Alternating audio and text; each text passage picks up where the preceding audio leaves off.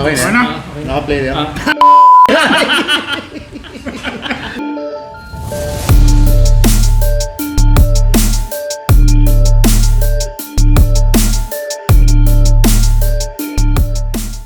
What's up, Pinas? Yo, what's up, Pinas? Welcome to another G session. Yeah, baby! So, ito na naman, bagong istorya, bagong yugto, bagong example, bagong what if, bago lahat. Bago lahat. Bago lahat. Pero bago magsimula, shoutout muna tayo. Bago pa rin yun, kami lang po ang luma. Shoutout muna. Shoutout na. Shoutout Ay, ko. shoutout Popo. pala oh. So ayan, nilista ko na muna yung mga shoutout ko para di ko makalimutan. Nga pala, shoutout JC Villar. Good luck sa negosyo mo. Brother Jason Utol na nasa States siya, si Candy, si Sugar na nasa Qatar, si Alvin Sapanta nasa Dubai. Hi Sup, Jack. Vin? Happy birthday Mike. Hi Jack. Happy London, happy birthday! Happy birthday. Alam na dish. Nadis. Tapos shoutout sa group namin mga puso, tsaka sa JRU Troops Red Horse. Yun. Peace out. Yo. Okay, ikaw. Shoutout ko na lang to yung mga viewers natin sa Facebook, si JV, si Quincy. Kamusta, Queen? Shoutout sa mga brothers and sisters natin sa mga social media platform namin from TikTok to YouTube and Facebook. Minsan nasa Instagram din kami. Yes. Minsan lang. Minsan lang. Saya. Di pa rin kasi ako masyado nakaka-post din sa Twitter, pero yun, may Twitter din yung @Don1TV. So yun lang yun. So game, umpisa na natin ang ating topic for today. So, what is our topic for this night? Ano ba Yes. topic? Actually, the first topic is ganito. Usap kami ng airmats ko, "Yo, mother, what's new? Anong bagong news?" Sabi niya, Bea Alonso, Dominic Roque. Dominic Roque. Sabi niya, hiwalay. Wow, chismis yan. Sabi ko gano'n. Hiwalay? Hiwalay. Ba't gano'n ng 2024? Ba't puro hiwalay? Puro hiwalay. ano? Di natin alam eh. Pero di ba, ang alam naman natin, si Dominic Roque is recently last year, mga June, July ata, nag-propose siya kay Bea. Okay. Di pa nakakaisang taon. Eh, katulad din ni Katniel, nag-propose din, di ba? Di pa nakakaisang taon, Ibig hiwalay siya. na. My God, what's happening to this earth? Pero kasi tayo naman, di naman tayo nakikialam. Tayo is magbe-base din tayo sa kanila. Siyempre. Okay. Di ba? Mismo. Oo. Yung tinatawag natin, what if What kung if? sa'yo nangyari? What if Yeah. kung sa'yo Oo. nangyari? What if kung sa akin nangyari? Or sa mga nanonood natin, what if kung Kung sa sa inyo inyo nangyari. Oo. Diba? Guys, what if kung sa inyo nangyari? Okay, walang pagbabash dito kay Bea or kay Dominic. Gagawin lang natin silang sample kung what if ganun nangyari sa atin. Yes. Kasi katulad naman, Hindi makita. Huwag mong pagsabayin yung pag-gym. Mahina kasi kaliwa ako, kaya pinalakas katulad ko. nung Sorry. sinabi nga ni Tito Boy, hindi natin alam kung ano, pero kung ano nangyari. Pero yun nga, yung ang daming napo-comment through TikTok, Facebook, kung ano-ano. Meron sinasabing prenup, may sinasabing kasi daw na meron third party, ganyan. Tapos yung age gap, marami. Pero Pera, diba? sila yun eh. Oo. Tayo hindi naman yun eh. Yes. Tayo, we're gonna use it for just a sample. Okay. Okay. Diba? Oh guys, so narinig nyo pangkalahatan to Pagkalahat. Pangkalahatan. Personal opinion lang namin to. So, ayan. Yes. Simulan na natin. Pero ako personally, wala akong idea kung bakit talaga sila Wala kami. Oo. Ginagamit lang namin to for sample. Di ba? Kung what if. Kung ano Diba? talaga yung pinaghiwalayan, bakit sila naghiwalay, kung ano yung Yes. dahilan. Okay, sabihin na natin sample ganito. May nakilala kang babae, ganun. Mayaman, everything. Pero yung parents, sige, papayag kaming pakasal ka sa anak ko. Kasi sabihin na natin, nabuntis mo si babae. Okay. Bakit ako? Then, for example, ikaw o ikaw, Yeah, sabihin okay, natin, sige kasi ako. nga, what if sa atin, di ba? Yeah. nangyari? Or kung sino naman, di ba? Si babae, mayaman, payag yung parents kasi wala, nandyan eh, may pataan eh. Pero, magsa-sign up tayo ng prenup. Okay. Oo. Siguro, alam niyo naman ibig sabihin ng prenup. Sa mga prenup naman kasi yan, yung if ever na magkahiwalay sila or Kasunduan. may kasunduan kasi yun eh. Na kung magkahiwalay, wala kung ano yung status mo sa buhay, yung papatid. Wala kang makukuha sa babae. or sa lalaki. Vice versa. Vice Vice versa. Okay. Ganon yun. Kung papayag naman kunyari, syempre, di natin masasabi kung sabihin natin si lalaki is yung pagdating ng panahon, nagkapera, yumaman, kung yun ang kasunduan nila. Kasi may kasunduan na wala kang makukuha kahit anong mana sa anak ko or anything. Misi mamatay siya or anything, wala kang makukuha. Diba? Pero pag yung ikaw ang nagkapera o yumaman ka, whatever, ang anak ko may makukuha sa'yo. May iba-iba kasi klase ng kasunduan. Yun. Kumbaga kasi ang sa akin opinion ko lang yun kung ganyan nga may prenuptial agreement, prenuptial, ano yan, nabubulol ako, sorry. Parang ang hirap kasi.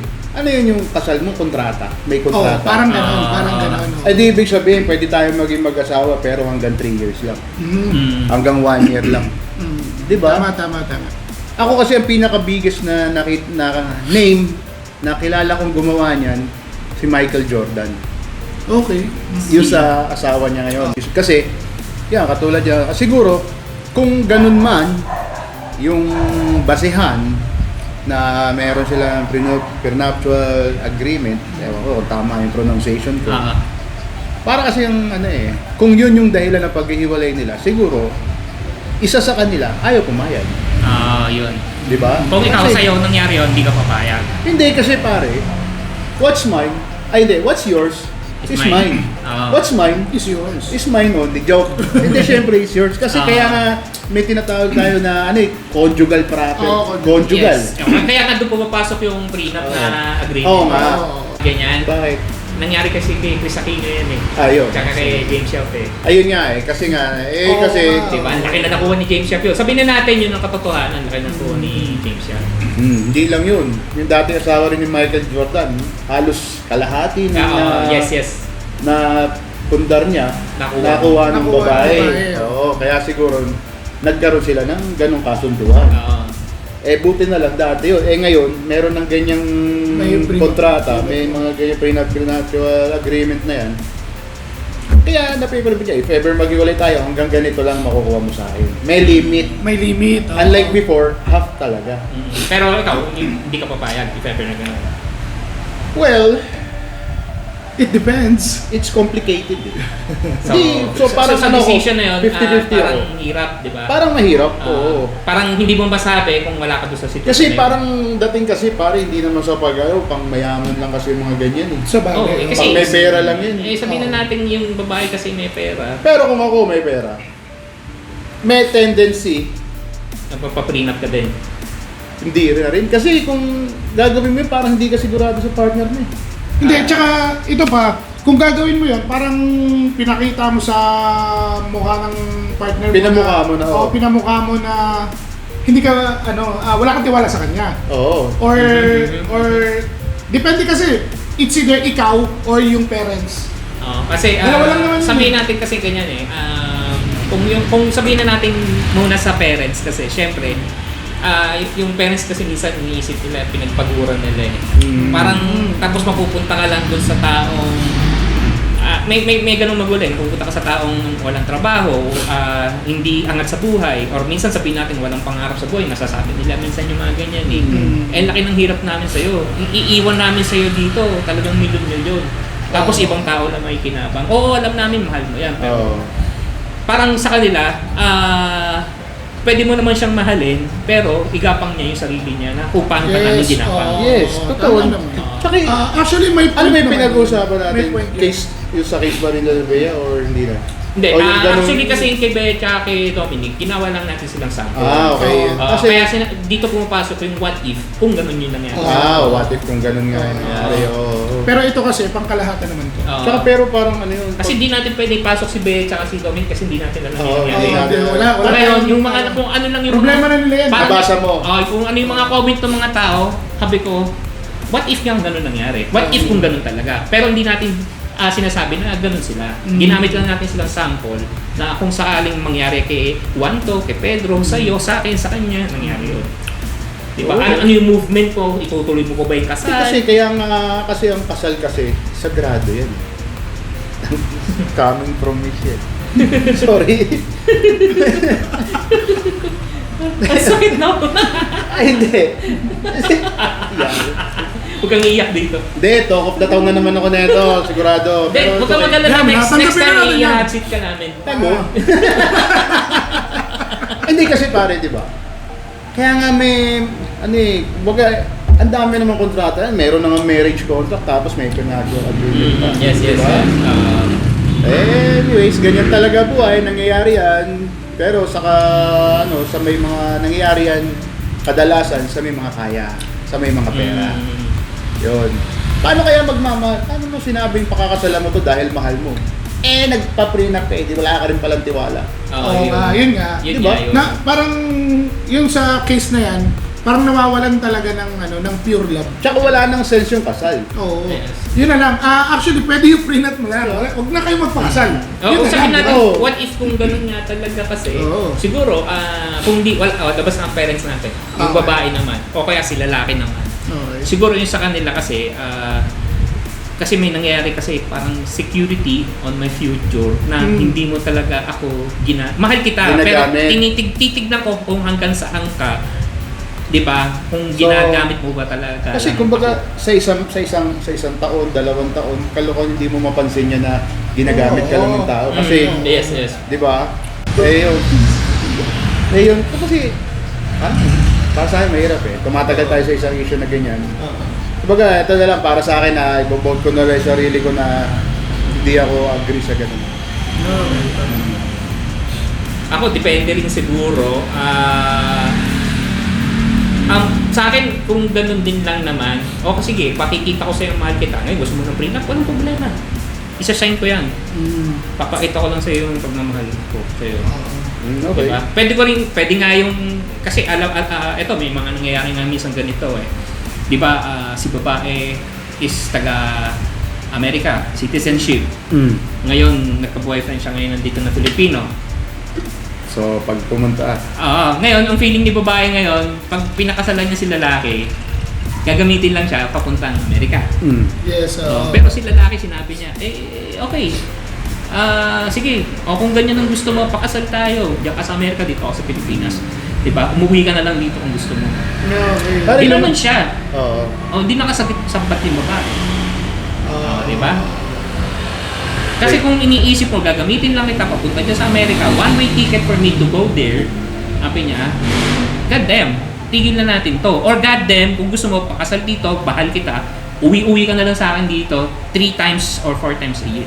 Or gusto mo dito ka na lang manirahan. Tapos, yun kasi yung mga nangyayari sa atin ngayon sa paligid natin. Oo. Kasi actually, yun ang mahirap pag yung may mga prenup na yan, lalo sa mga mayayaman.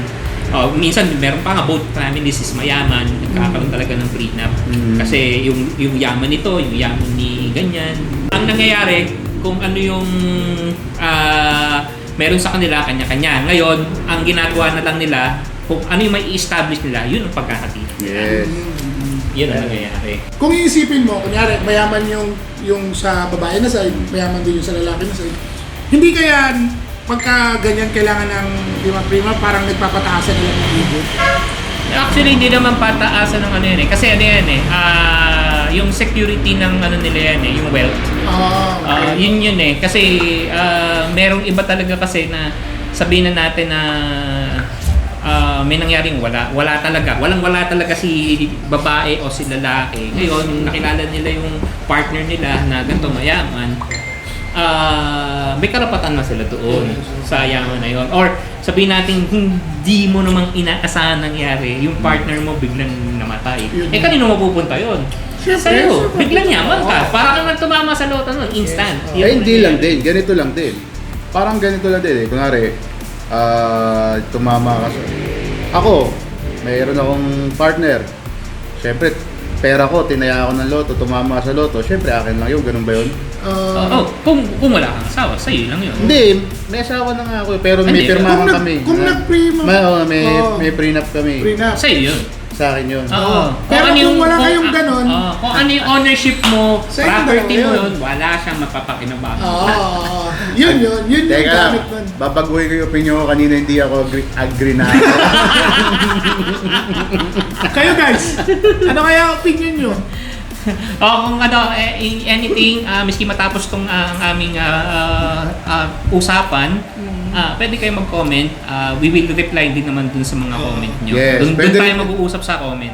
Kung hindi nyo kami ma-reach through chat, pwede nyo i-reach si Don Juan sa kanyang email ad, which is listed down below. Actually, listed naman sa page ko, makikita nyo siya. Yes. Yun. Comment lang kayo, email kayo. Yung may mga storya dyan, email din lang kayo. Email nyo para mapag-usapan natin. Yes, baka meron kayong ibang topic na gusto nyo i-topic natin o i-tackle natin dito. Pwede. Don't be shy to write to Don Juan. Yes. At safe po ang identity Huwag niya. kayong mag-alala, safe yan. Safe po ang identity Huwag niya. kayong mag-alala. Tunay na pangalan nyo lang po, ilalantad nyo. Ay, hindi. Mali pala. Basta safe po yung Basta, identity. safe po yung yan, safe, identity. safe. Ayun. Yes. So, may madadagdag pa kayo doon? Kasi, parang we agree to disagree. Hindi, kasi ganito agree to disagree, pero ano na yan yan na yan nandyan na yan nag-i-start na yan So, sa atin, hindi natin masasabi na agree tayo or hindi tayo agree kasi hindi natin mararanasan Hindi, tsaka hindi pa natin masyadong alam yan yung mga ganyang Hindi, bagay. kasi kung ako nandun nga sa sitwasyon na yun, inuulit ko, ako, payag ako, wala akong pake. Kasi minahal kita, bilang ikaw, hindi kita minahal sa pera mo. Wala akong, sige, pagpirma ako sa prenup na wala akong pakialam. Pero ako, disagree din ako dyan. Ako hindi, nagbago na isip ko. I agree. Kasi isang bagay rin yan na issues pag naghihiwalay, third party. Third party. Kasi actually, Usually. Kaya hindi natin kasi pwedeng ginawa lang natin sample kasi sila Bea at saka si Nick. So, wala pa tayong pwedeng pasukan doon sa what if. Yes, kumbaga, ano lang yan. Doon. Kasi ang medyo na-capture sa akin yung prenup na yan. Kasi yun yung ang tagal-tagal, parating yan ang issue, yung lintik na prenup na yan. Sino ba kasi nagpauso niyan? Hindi na naman dito sa Pilipinas, galing na naman sa ibang bansa siguro ulit yan, naman Kaya minsan nga, di ba, ang Pilipino pag nanligaw, tumutulong pa sa pamilya ng di ba? Mismo. Di ba? Dati, unang panahon, nagsisibak, nagsisibak ng kahoy, tigib-tubig. Ngayon, si Bak na, di ba? Bukol muna bago kasal Hindi kasi pare, sa mayayaman parang ganun din, di ba? Dati na parang tutulong ka rin sa mayayaman, yung negosyo mo, tutulungan mo. Yes, ganun, tutulong. yung iba pa nga, parang yung nangyayari negosyo. Negosyo. Papakasal ko sa anak ko kasi para yung yaman naman natin. Yaman mo, yaman ko, pagsasamahin natin, lalakayin natin. Yun, okay. May narinig pa nga ako niya na hindi ko lang alam kung totoo to, yung kailangan Alamin mo. mabuntis muna yung babae bago sila ikasal kasi doon nila malalaman kung may kapasidad na magkaanak yung Hindi, mostly sa mga religious part na yan. Mga ganyan, religious part. Hindi. Nabasa ko lang naman, or narinig ko ba o nabasa? Dapat pala, ganun mo yung Okay, so ngayon hanggang dito na lang tayo.